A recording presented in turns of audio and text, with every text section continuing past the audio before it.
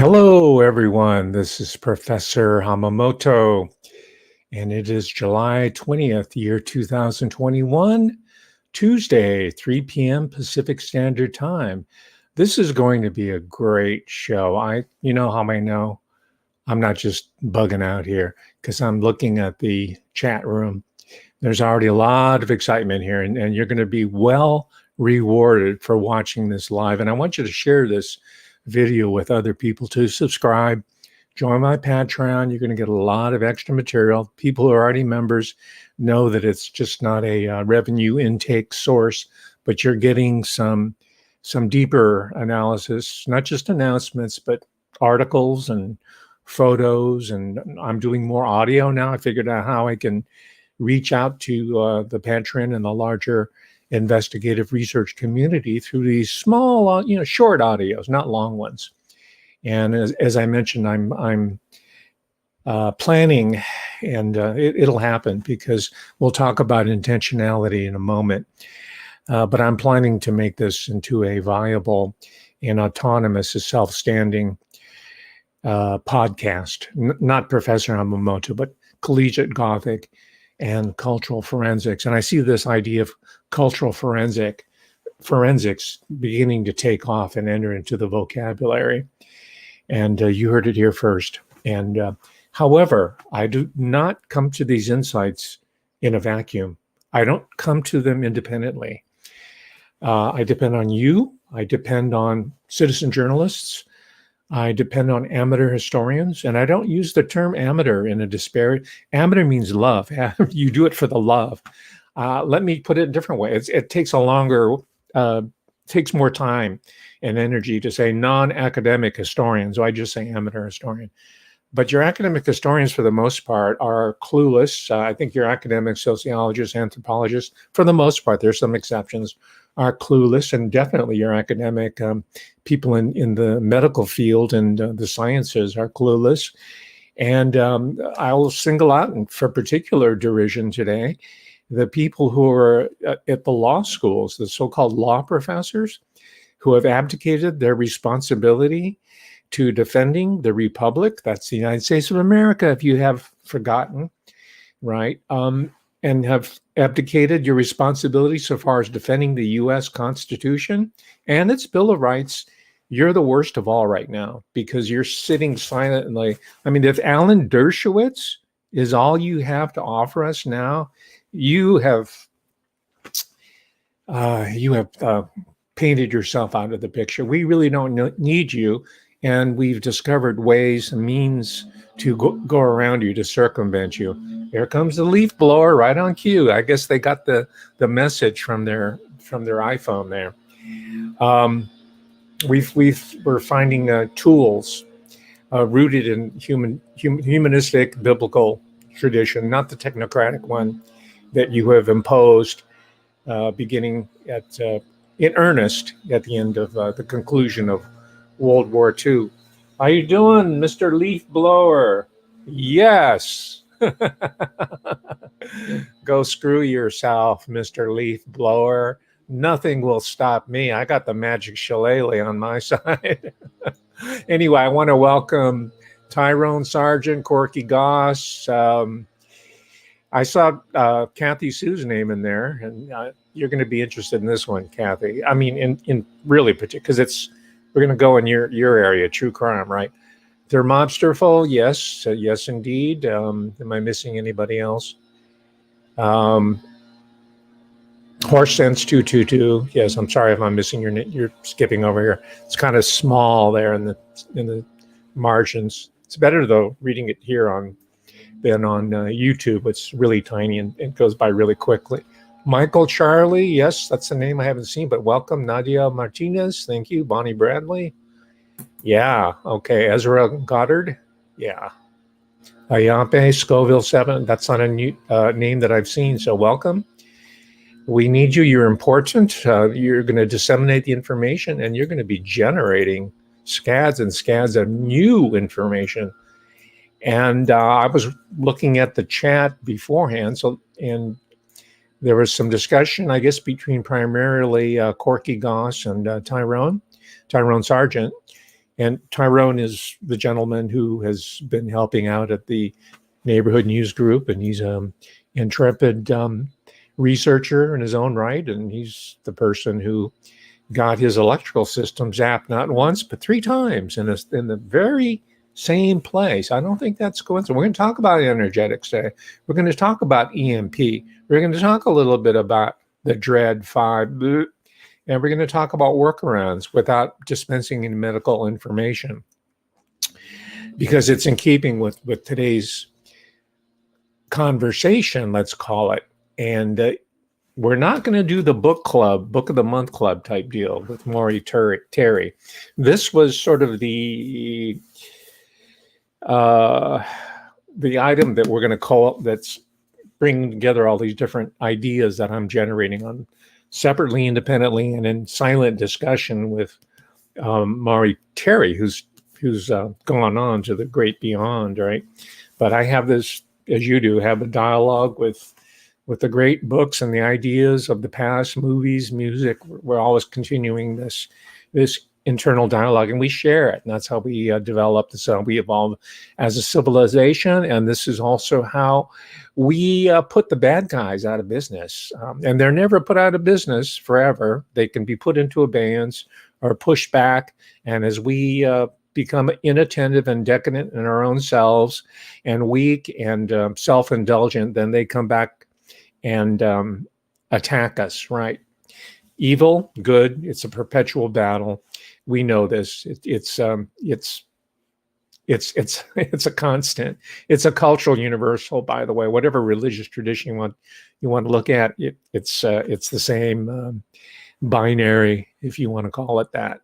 And I don't, because that's a term that's been co-opted by your academic, literary performance study people. And I'm going to talk about performance study. I'm going to talk about theatricality and drama. You've heard about the school play? Well, yeah. There's a drama. This is Kenneth Burke. He's a 30s, 1940s theoretician. He's probably the godfather of communication studies in America, rhetoric and communication. They still cite Kenneth Burke, but he talks about the dramaturgical way of understanding life, just as the topic of semiotics came up, late last week on George Webb's channel, which has since been delisted because I think he was really getting really close. Just like semiotics was also, that is a science of signs and meaning, and also crypto meaning, secrecy. That'll help us understand what's going on here with the current bioterror takeover. So I saw in the chat that a couple of you are aware already of this gentleman. I guess he's in the late 30s, maybe early 40s. His name's Manny Grossman. And again, I mentioned earlier that this is a community of researchers. I only learned about him through one of my Patreon persons, one of my supporters. And I'm not going to give her name because she might not want to be identified, which is cool. If you do, or if you don't mind, thank you anyway, you know who you are. But she said, oh my gosh, because I put this audio segment, a reading part from this book here, just sort of to test out the system and experiment with it, and also to kind of whet the appetite for the Patreon people. She picked up on it immediately. She said, oh, yeah, Son of Sam, and never ended. Maury Terry, for all his contributions, really didn't tell the full story, and that's understandable. I think he was being death threatened a lot, and the story doesn't have to be comprehensive to be useful, right? You can read between the lines and you can extend. And of course, this book was published back in 1987, so a lot of time has elapsed there, and more information is coming in all the time. And you're contributing, I'm contributing new insights and new connections. And that's really the sociology of knowledge, as it's called. That's the sociology of information, right? You've heard of the 6 degrees of separation. That's a sociological concept. It's called, later on it was adopted by computing science, called networks, right? It's an old concept, and we're using it as well. It's not a one-way street, you globalists. We know the MO, the modus operandi. We know the techniques. We know the methodology. We know the historiographic, the sociological, anthropological techniques that the wizards of the times past and of earlier civilizations. We know that. All that information is public knowledge. Now, some of it is blanketed. Some of it's kind of occulted, hidden away. But we'll find it. I'm finding it all the time, and I'm sharing it with you. So this one gentleman, Manny Grossman, he says that he goes back to 2005 when he first really started hearing about it. I heard about it when I was in grad school because it started, the Son of Sam killing, so-called, started breaking about 76, 77. That's when, early days of my graduate school experience was it was a formative education, graduate education, not just for the education part, but that happens to be a very important, pivotal moment in world and local, that is U.S. history, because it's post 60s, post 1960s, and you hear about all those, stupid ass comments. The Beatles were Tavistock. You're a bunch of biddies who are coffee clatchers, right? You read the books and you think you know what's going on. I mean, there was a stupid ass comment the other day about some guy who claimed he was an Elvis fan, and he tried to zap me. He tried to discredit me because I got the nationality, and I know this information. I said just in passing, and it wasn't even the main thrust of the conversation, but I just happened to mention that Elvis Presley and Colonel Tom Parker were both patients of Dr. Max Jacobson, Dr. Feelgood, as he's called. So I happened to mention, Colonel Tom Parker, Elvis Presley, and Tom Parker was Polish. He was legal. Yeah, I got it wrong. He was Dutch. I knew that. And just for your information, I taught a graduate seminar in Elvis studies. Okay, we read the multi-volume, I think it's up to 3 volumes now, Peter Goralnik, mega biography on Elvis. And it's not definitive, although it tries to be. But I've written, I don't call myself an expert, I call myself a fan, but I've read up quite extensively on Elvis. And the Ascalon who wrote this, I can even play Elvis tunes. I know them by heart. I can play them and I can sing them. Not as good as the King. And just to clarify, because I'm going to make some factual errors here. I don't have this all scripted out. Most of this is off the top of my head. A lot of it's what I call a guided extemporaneity. Right? It's guided because I have some, like a head arrangement. I have a chord chart, that I put together like a bebop musician. But once I got the chord progression, it's called the head. It's a theme. It's the da da da da da da da da da da da. Okay, you do that. You play that the head, and then you start going off. And then you get by the end of the different solos, and you come back to the head. You take it to the top, but you're playing the same chord progression. But on top of that, you're practicing the art, the craft, the genius. Maybe not in my case, but you're practicing the art, the craft, the genius of improvisation.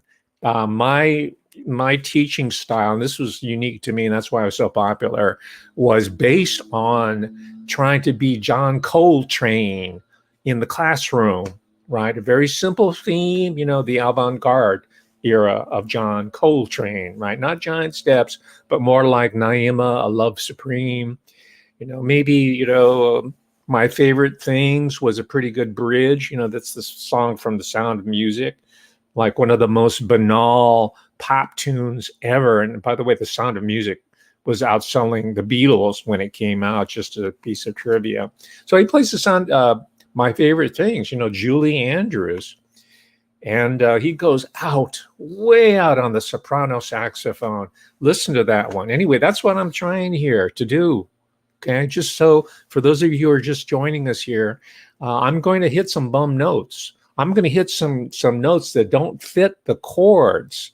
Okay, it might be an A minor 7th, but I'm going to play out. It's called playing outside, right? But I'm going to come back inside. Now I come back to the chord eventually, and I find some way to resolve it. I'm sorry if you don't know you don't need to know music theory, but if you don't know it, you might be a little confused. But what I'm saying is that I circle around these themes here. Okay, so stop making these stupid ass comments. Instead, why don't you turn me on to people like Manny Grossman? See, that's the type of comment I can benefit by, and you could benefit by. I do not benefit by these stupid ass comments, so that you can show how smart you are. And you're not smart. You're a dope. You're an idiot. I said the king died on the throne, and this ass clown said, "What are you talking about?" He's trying to discredit him. He's probably either some guy offended because he was a perception Nazi or something, or he might be a unique troll. I don't know. But he said, well, "You said he died at the front." I said, "No, he died on the throne. It's a joke. Maybe English is your second language, but it's not mine. I'm a fourth generation America. Elvis is my man, just like any other American. Okay, I might be a yellow man, but Elvis is my man too. Hey, Elvis, man, he drew from all the cultures, including the African American in particular, but the mountain people, the Scots, the Irish, you name it. That's Nashville. I mean, that's Memphis rather. That's the mighty Mississippi. That's the American Nile River. Okay. I'm from the deep Mississippi mud, just like everybody else who grew up in this society. And if you didn't, dream on, but the king died on the throne, right? Elvis is known as the king, and the throne in American slang means toilet. And if you are truly an Elvis fan, you know that that's how Elvis was found. He was sitting, he was dead. I guess his pants were down to his ankles, but anyway, he had one too many fried banana peanut butter sandwiches. And by the way, I've been to Graceland. Have you, Mr. Elvis fan? Probably not. Okay, so I say this because there's going to be a lot of ass clowns who think they're experts on serial killers.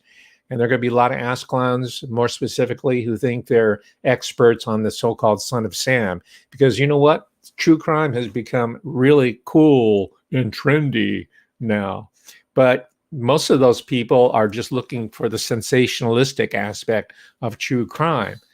I am trying to figure out how true crime intersects with or articulates with the larger networks of power, sometimes referred to as the deep state. And we're getting really close here, right? We're getting really close. Some of the specifics are going to be left open. That's fine too. But so far as definitive explanatory framework, I think I'm there already. I have to write the book, though. I'm really angry at myself. I need to start putting this down in black and white.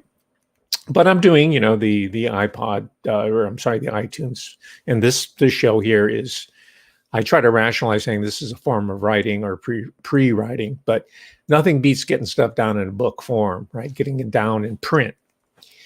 It's still the king of media. That's how we as the peasantry were able to rebel against those people who put themselves in power over us.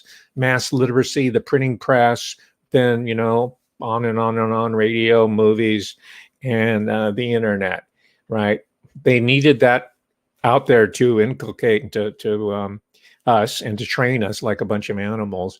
But at the same time, we were also gaining a lot of analytical skill, right? So that's where we're at today. And I'm really happy to have been introduced. Thank you very much again to Manny Grossman. He's definitely someone that I would unabashed, without reservation, recommend to you.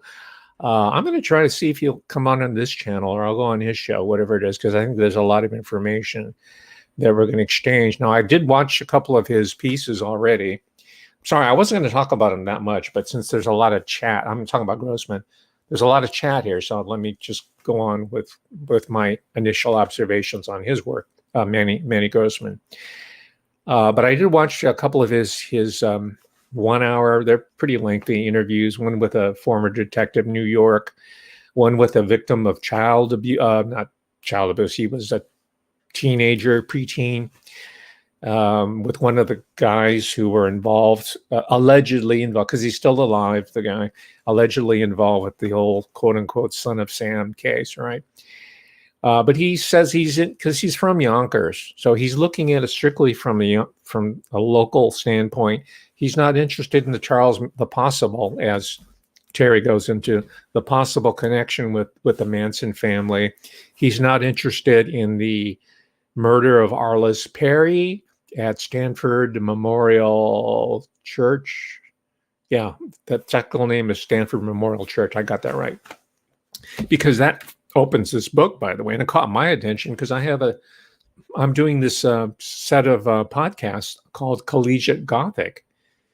I'm talking about criminality, murder, mayhem, rape, embezzlement, all kinds of high crimes and misdemeanors that are either generated by or generated and committed or conducted in the colleges and universities of this fair land of ours. And so far as I'm concerned, they are the site of most of the banes out there, the poisons, social, pharmaceutical, cultural, spiritual bane. Bane means poison. They are the bane of modern life. Not all of them, but in general, yes. So, but I think Mr. Grossman will eventually be able to widen.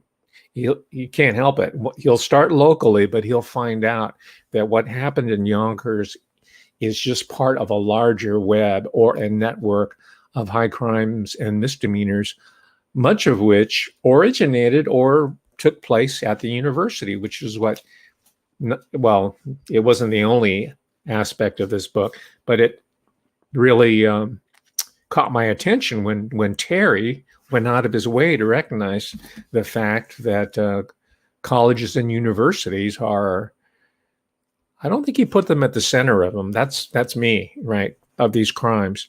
But they're important institutions in understanding the ultimate evil. And I think this is one of the first books written for the popular audience that dare to go there, because even now, even people who've been through college and the university, graduates, approach it as it's, with great reverence and respect. And because they, you had a good time there, gambling and playing video games and drinking and, maybe even having sex every once in a while and playing intramural sports, or maybe you were like a sports hero. Maybe you were a cheerleader, so you had a good time, in other words, right? And, but that's the ultimate cover. It's just kind of like the church, like, wow, what, priests are really like this? Nuns even? Oh, they can be sadistic? Oh, yeah. All right. Anyway, you've heard my rap on that before. So check out, let me just step back.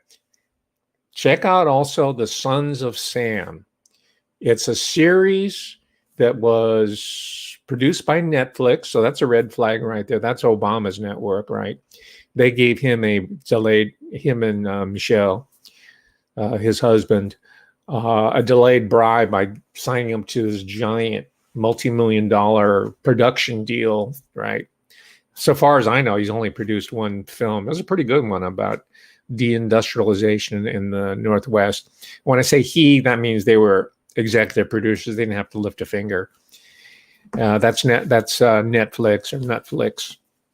But anyway, that Netflix series called The Sons of Sam: A Descent into Darkness is a multi-part series. I only watched first part of the first one, and it has a lot of really good news footage of the time. We're talking about the late 70s and on. But so far as analytical depth, it's almost at the 0 point. And that helps me understand why the director, Joshua Zeman, wrote such a lukewarm, limp-wristed, tepid, mealy-mouthed introduction to the new, well, it's not a new edition. It's just a reprint. It's a reissue. But it hasn't been re-edited. Maury Terry, as I said, died some years ago. So I read this introduction, and I thought it would be much more complimentary or at least supportive of the book, but he just kind of praises it. He damns the book, the work of Maury Terry, with faint praise. And I guess he, for his career purposes, wants to put his own ideas, his own thoughts, he wants to make them clear that he doesn't subscribe to any of this in the book. He's just a filmmaker, just like supposed reporter. I'm just reporting the news, right?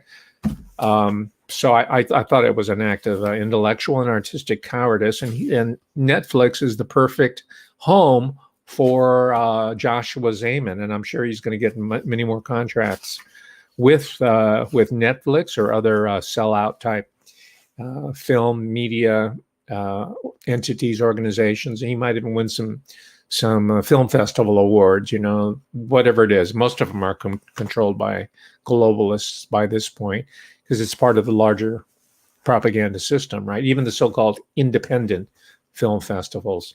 I used to work at, I was a consultant, I was an invited guest to attend the San Francisco International Asian American Film Festival. But soon enough, I found out that was a compromised organization. This is based in San Francisco, because I looked at all the people that are involved, and they're all the sons and daughters of intelligence operatives or assets. Not all of them, but most of them were, and of course, most of them were the people who were involved were just useful idiots. They just wanted to be around, film or music and be part of the scene and dress all in black and hang out with the sort of sensitive artistic types, right? And I don't mean to make fun of you. You're very useful for the museums, right? The publishers love you, publishing houses, because they don't have to pay you anything, because your mommy and daddy are rich. You're a trust fund baby, and you're part of the cultural apparatus, which helps to fuel and disguise and launder this structural criminality. And that brings me to the video part of this, because I was watching a conversation between Jason Goodman and Manny Grossman. Yes, I know. Don't start hating on Jason Goodman, right? Let's stop fighting. Let's start saying this guy's an idiot, blah, blah, blah.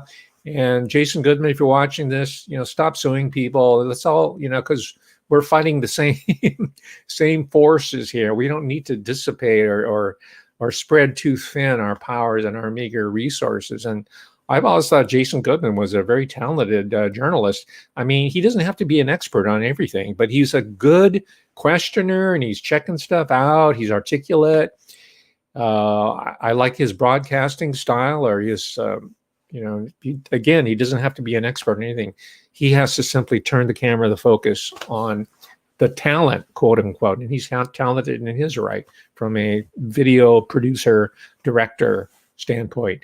But anyway, Manny Grossman, Jason Goodman had a very good conversation about the cultural dimensions of the Son of Sam.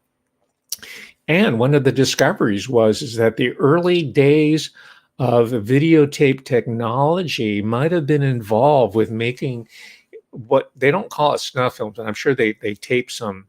But when I say film and tape, oftentimes we use them interchangeably. Now, that's not correct. And that's what got them in trouble with some ass clown who made a comment saying, you're talking about film, you're talking about videotape. Everybody knows that videotape, blah, blah, blah, getting them on some technical point, which is, you need to get, when you write a book, you need to get all that together. But when you're just talking, okay, these are just, we're just throwing this stuff out.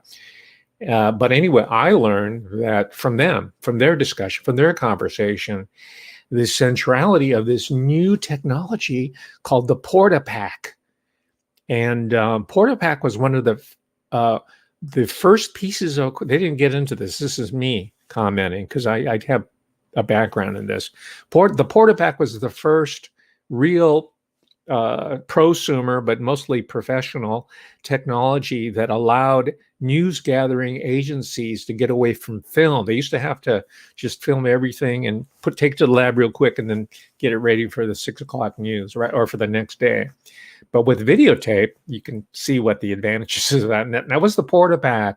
It's a Sony product, SONY. If you had the wherewithal, or if you had contacts in the New York, let's say Manhattan film news gathering establishment, you might have access to that, and you might be able to tape molestation. I'm not going to get into too graphic here, but use your imagination. What types of deviant types of acts can be recorded on videotape and then duplicated and then sold and shared amongst this network of people who like that kind of material. And by the way, that's one of the reasons why this discussion of a book that's 30, 40 years old, of a network that goes back to the 50s, that's why it's important today, because that system, not the net, maybe the network does have some carryover, but that system of control, blackmail, compromise, intelligence, and funding is still what we're dealing with here in 2021. And we've been inattentive. We've been too, I guess, obsessed with our own we-ness, right? It's the we decade, as Tom Wolfe once called it, the me decade. We've been staring at our own predicament. That's really the true triumph of these radio and television shrinks, right? Just to get us into the self, into the me, instead of the larger society. You will find yourself in the outer world, in the larger world. You will find your meaning in the lives of your community, of your society, and of your world. You're not going to find it by, and this is the biggest triumph of the Freudian / Jungian revolution, that you're not going to find it with the preoccupation with the self. That's not my phrase. A professor of mine at UC Irvine, Peter Kleekhack, was the first person to really warn the world, not the first, but one of the first, at least me, of moving away from this. Another person in my undergraduate days, Professor Morris Mandelman, also told me about 1950s psychology and psychotherapy and the whole psychoanalytic establishment. It was growing, and warned me about it. And I took it to heart. I thought about it, and they're right. This is how we allowed evil to seep into our society by becoming preoccupied with the self, or the me decade, as Tom Wolfe called it. Anyway, that's a separate discussion. But whenever I have an opportunity to dump on psychotherapy and the psychology profession, I will do that. And I apologize if you're a psychotherapist. You probably are a job anyway because of the lockdown. And so you're in the same boat as us and as me. And so think about what I'm saying instead of being offended and writing a nasty comment below. Or you're welcome to write a nasty comment, because I'm going to come back at you too. So anyway, another one. Let me finish my story about the videotape. I was writing criticism and articles and interviewing video artists who were being funded by Sony and the museums. It was a new technology. And what Manny and Jason came up with is that there was this group called Video Freaks, and they had radical politics. Some of them were allied with the Weather Underground.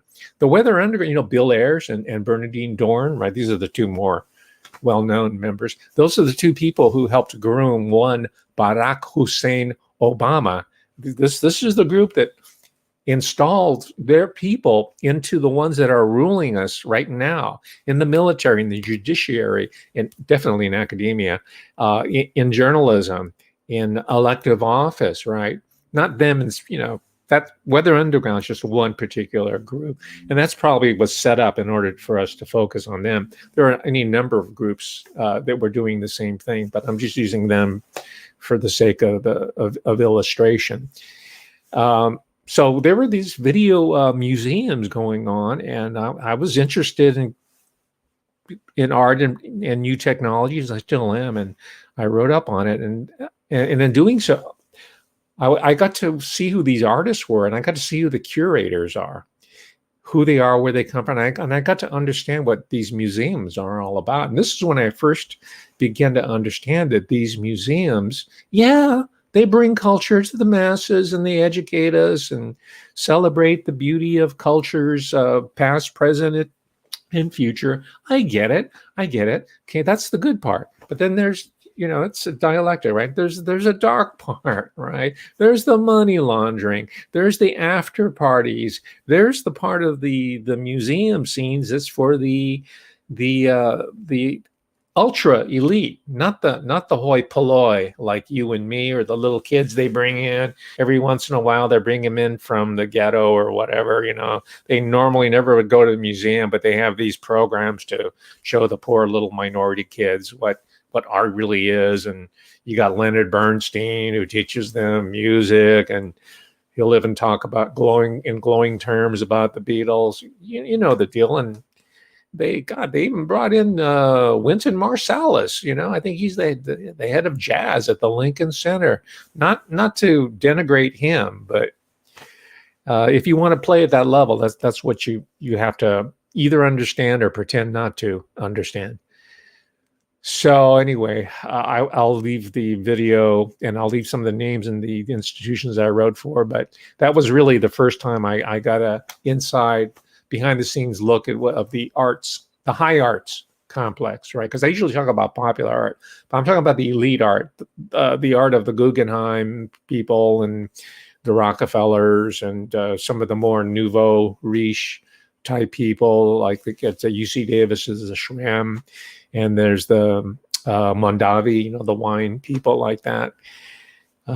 They can launder their wealth and their reputation through these cultural institutions. By the way, and just so you don't know, I'm just focusing on these within my own community, Asian American community. Like I told you, they've all been compromised.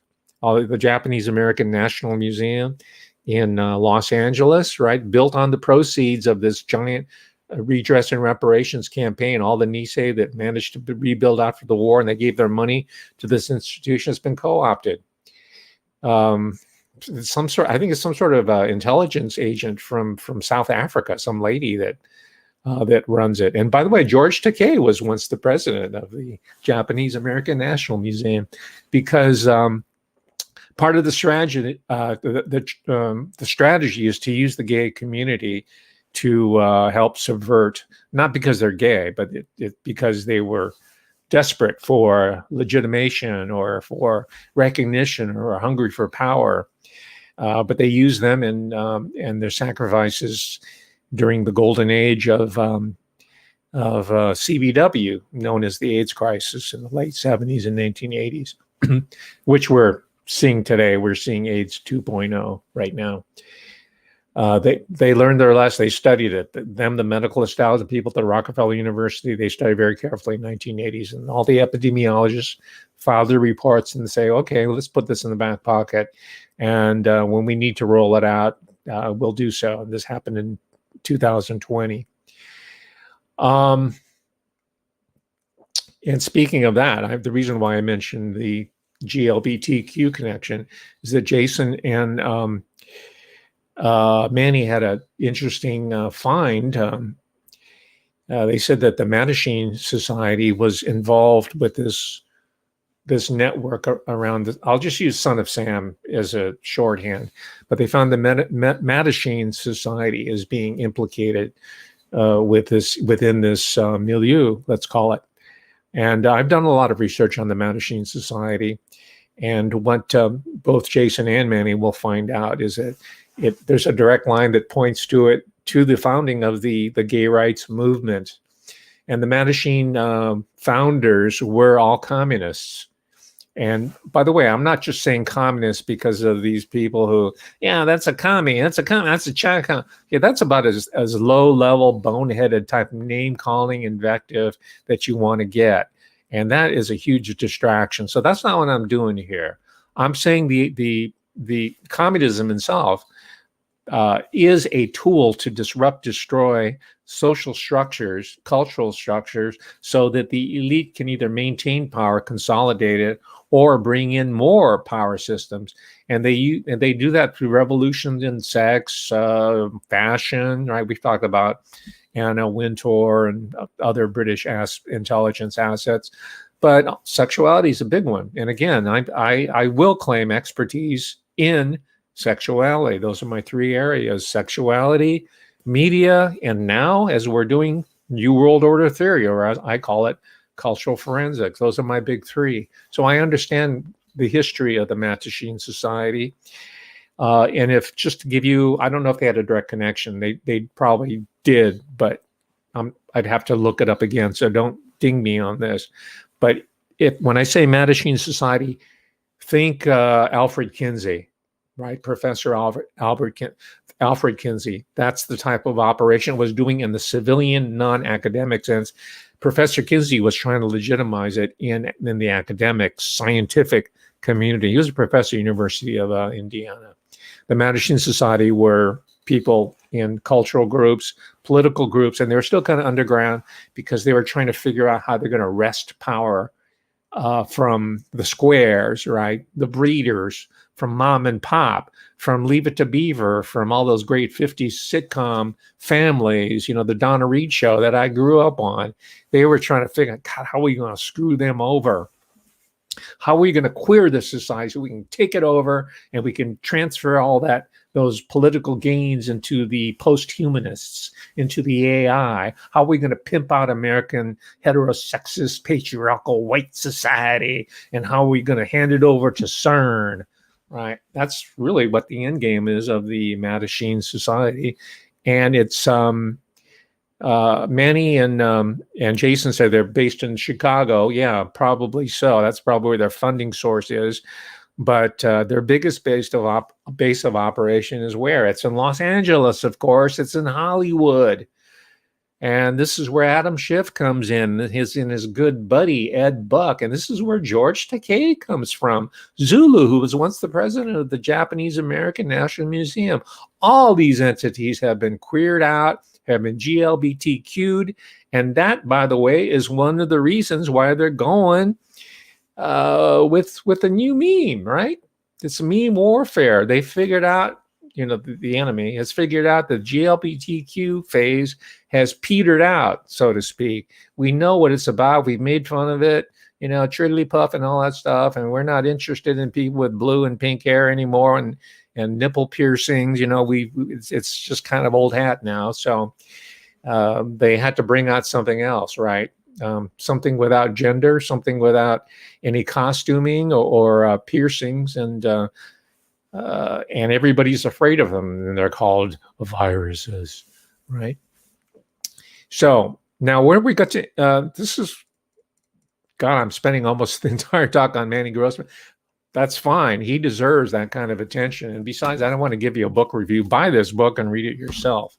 But I got all kinds of, I'll probably have to talk about it on Thursday, this coming Thursday on this show. And then I'll roll it into the Thursday trio and see what John and George have to say on it. Because I've been talking about on their show, John's show, about the Dutch diaspora, right? The Afrikaner connection in South Africa. And someone was really pissed off in the last comment. So I might be, I know I'm onto something.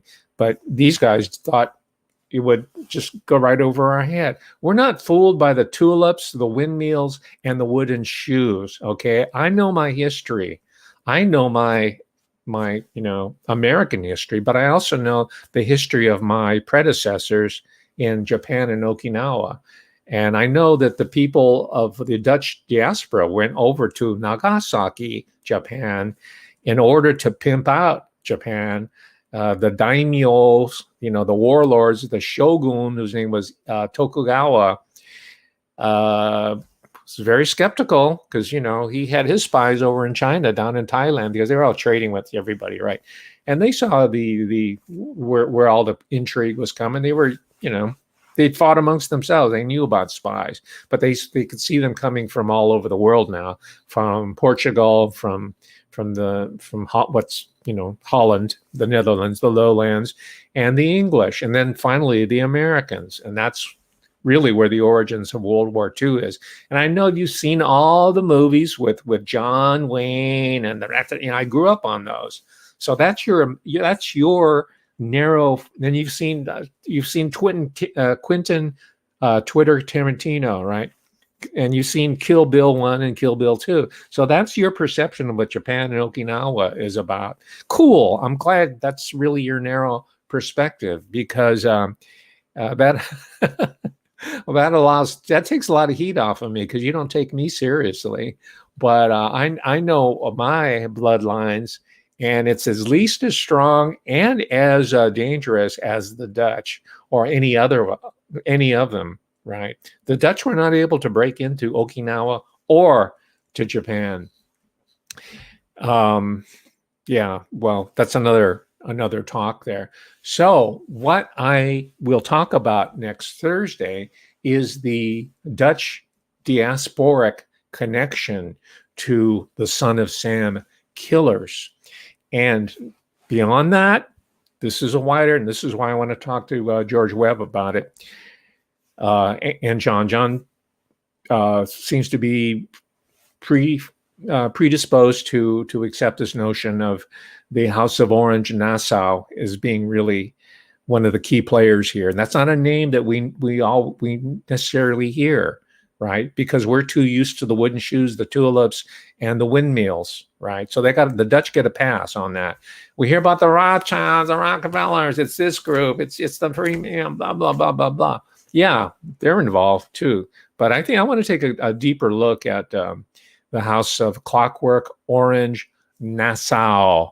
And I owe George Webb in particular a debt of gratitude because he was presenting some information and kind of in passing. But when he starts talking about Desiderius Erasmus, the great humanist scholar from Rotterdam, and tying that in, the Erasmus Institute, with today's biowarfare, the CBW complex, and then talking about Eric Prince, we know him as Blackwater, and then talking about people like, Pelham Barr, right?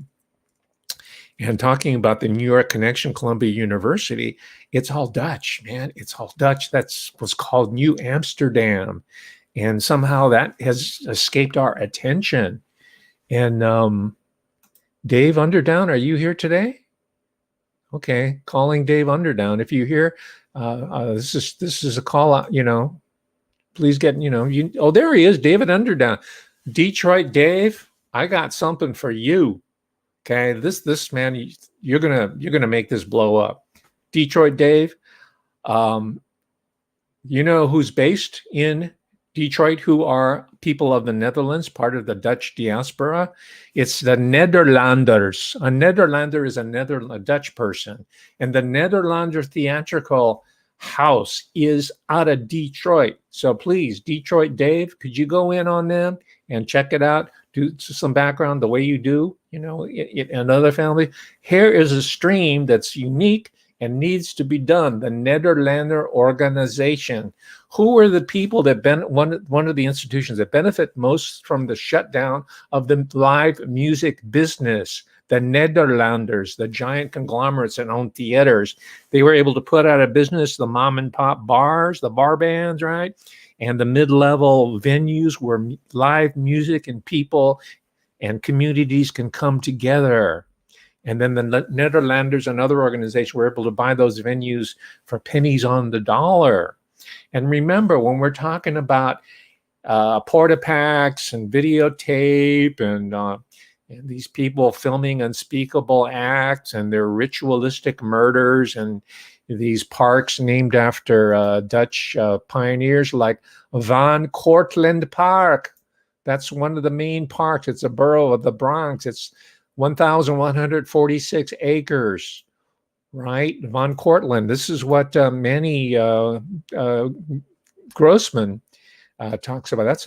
That's the Dutch connection there. When you're talking about these ritualistic murders, you're talking about theater. Where does theater come from originally? Where does drama come from? It comes from ritual. It comes from ancient ritual. Just because it is not presented to you by some priest or somebody who's with a magic wand does not make it a non-ritual. If you've been to live theater, even if you go to the movies, that's one of the reasons why they've closed the movie houses and put us into Netflix land. So we can no longer have that communal feeling of a ritual being enacted either on the great silver screen or on the stage. But these sacrifices, human and animal, which is in here, and it's also in the work by Manny Grossman, The animal sacrifices is very much a theatrical, ritualistic event. At its bottom, it is a ritual that's going on. And what are the Nederlander people and the people who do all the stage shows? Yeah, they're showmen, and they are enacting a mass entrainment ritual to the American people and to the larger public. Guess what I found in checking the Nederlanders before this live cast?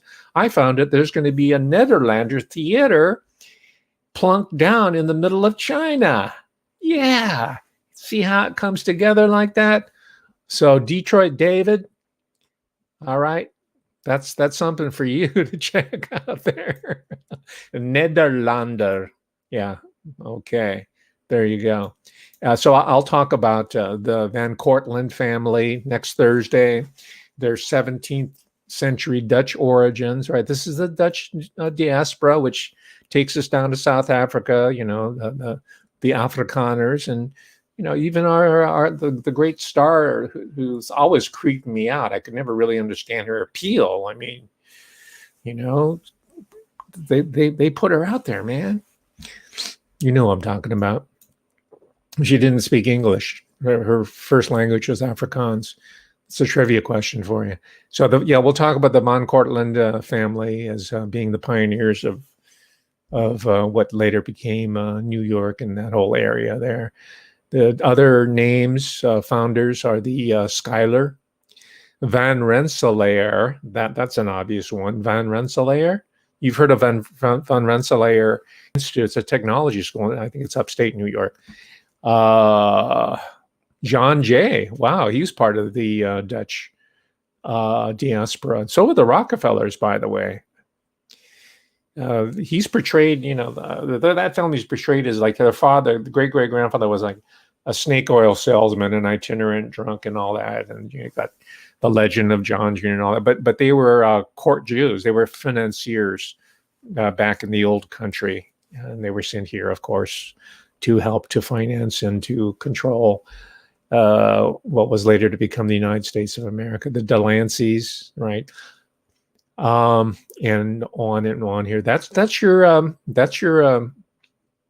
Clockwork Orange, Nassau. Let's see here. What else? Untermeyer's. You can. It's interesting. This is one of the parks where this supposed this alleged cult was in operation. Untermeyer Park and Gardens. It's in Yonkers.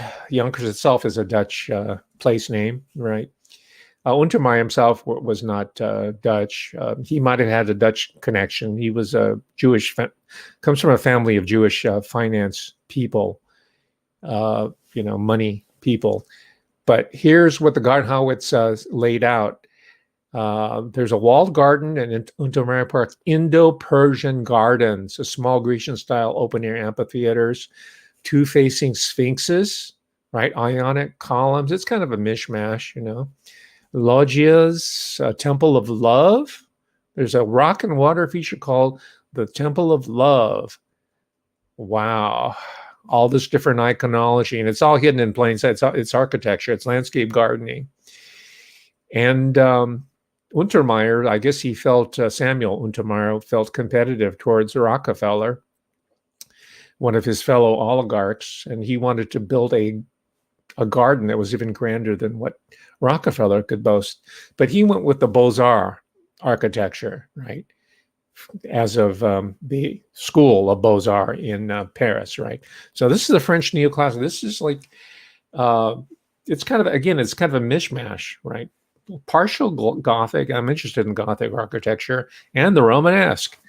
And it brings all these different elements together to tap into that entire intellectual, artistic, and importantly, occult tradition. Wow. Okay. Let me finish up here with this set of observations. Now, again, Manny Grossman doesn't want to talk about North Dakota, but in reading about the sacrificial death of Arliss Perry, who's from North Dakota, I said, hey, that sounds really familiar. Yeah, you know why? Because her hometown is either it is or very nearby the headquarters of the Strategic Air Command.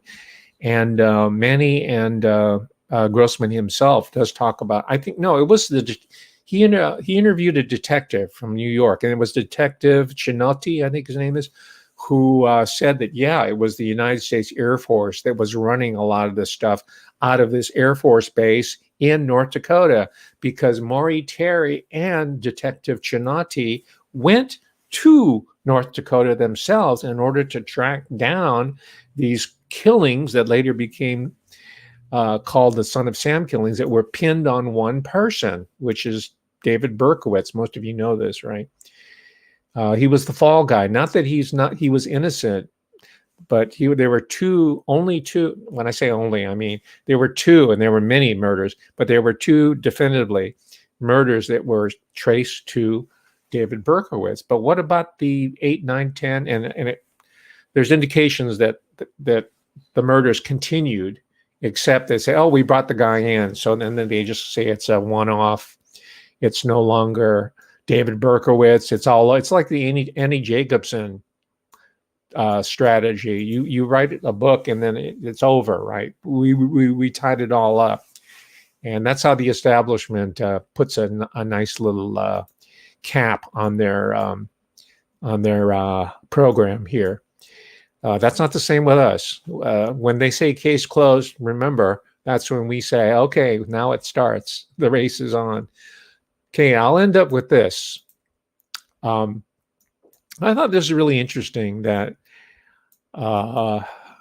Manny Grossman talked about more than a couple times. First time, I just kind of ignored it. I thought it was just, a buzzword that comes up in conversation now. But he mentioned it more than a few times in his own talks, and then he mentioned it again in his conversation with Jason Goodman. And he talked about intentionality.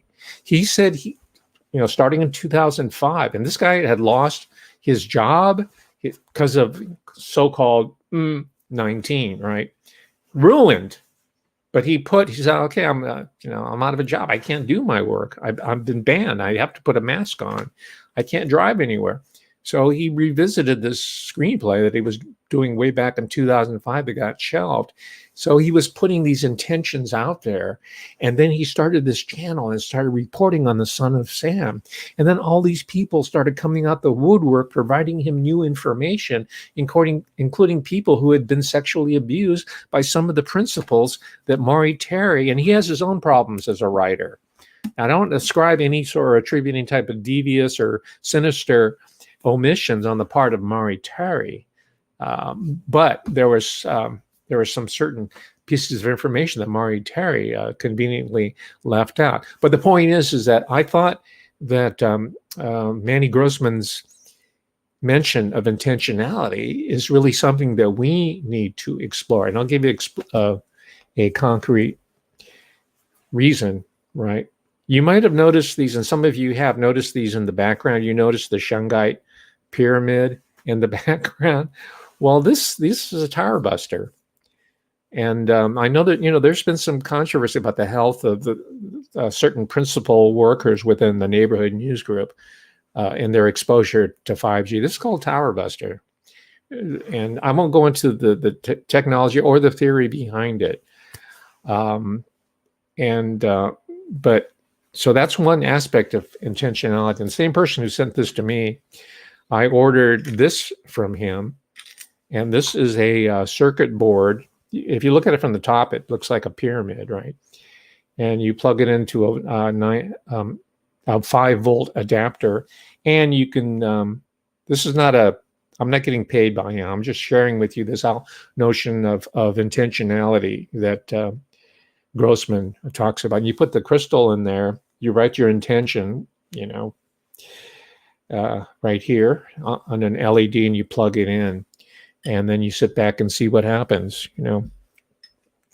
This is called radionics. It's very much related to discoveries in the area of quantum physics. A lot of the CERN innovations derive from the theory of this here, but we're not hearing it in mainstream science. In fact, it's considered fringe, right? It's considered quackery, right? I'll leave that for you to decide, but I think it behooves all of us, including me, to follow up on it. And I am following up on it. I subscribed, as I told you earlier, to a journal called the Journal of Scientific Exploration. They're going to have a conference, a multi-day, I think it's like 7-day.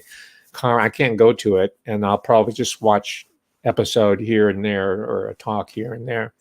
But so there are people who are doing this type of work.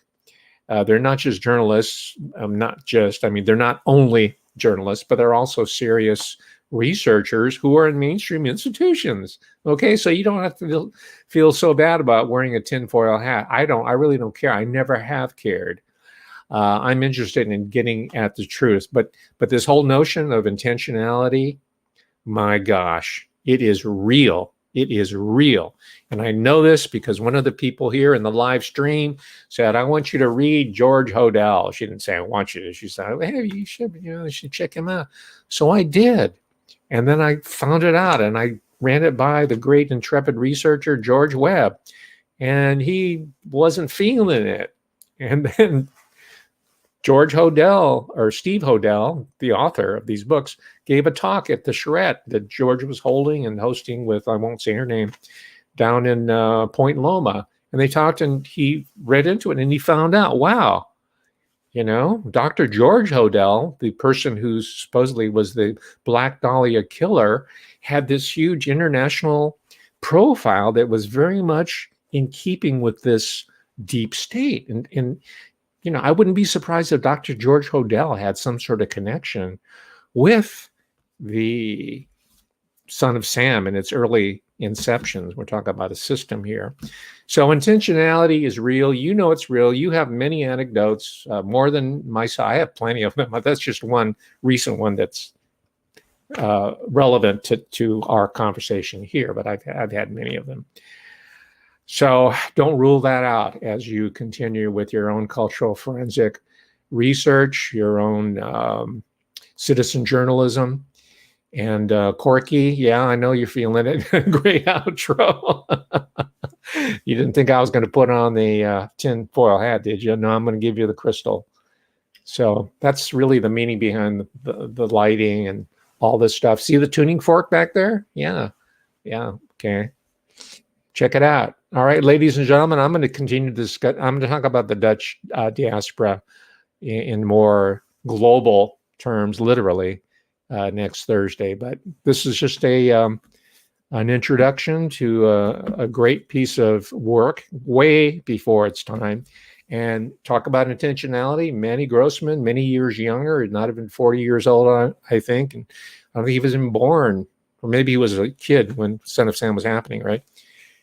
Comes in and hits it again, and it's striking a responsive chord, a huge chord. So subscribe to his channel, watch it, and I thank you for picking up on it, the person who recommended to him. I'm not going to give your name. Again, another example of intentions, intentionality. Thank you, ladies and gentlemen. I'm running late, so I'm going to end the broadcast. Thank you so much for being here. Share, like, subscribe. You know the drill. Bye. See you on Thursday. Not once, but twice. Yes, indeed. Bye.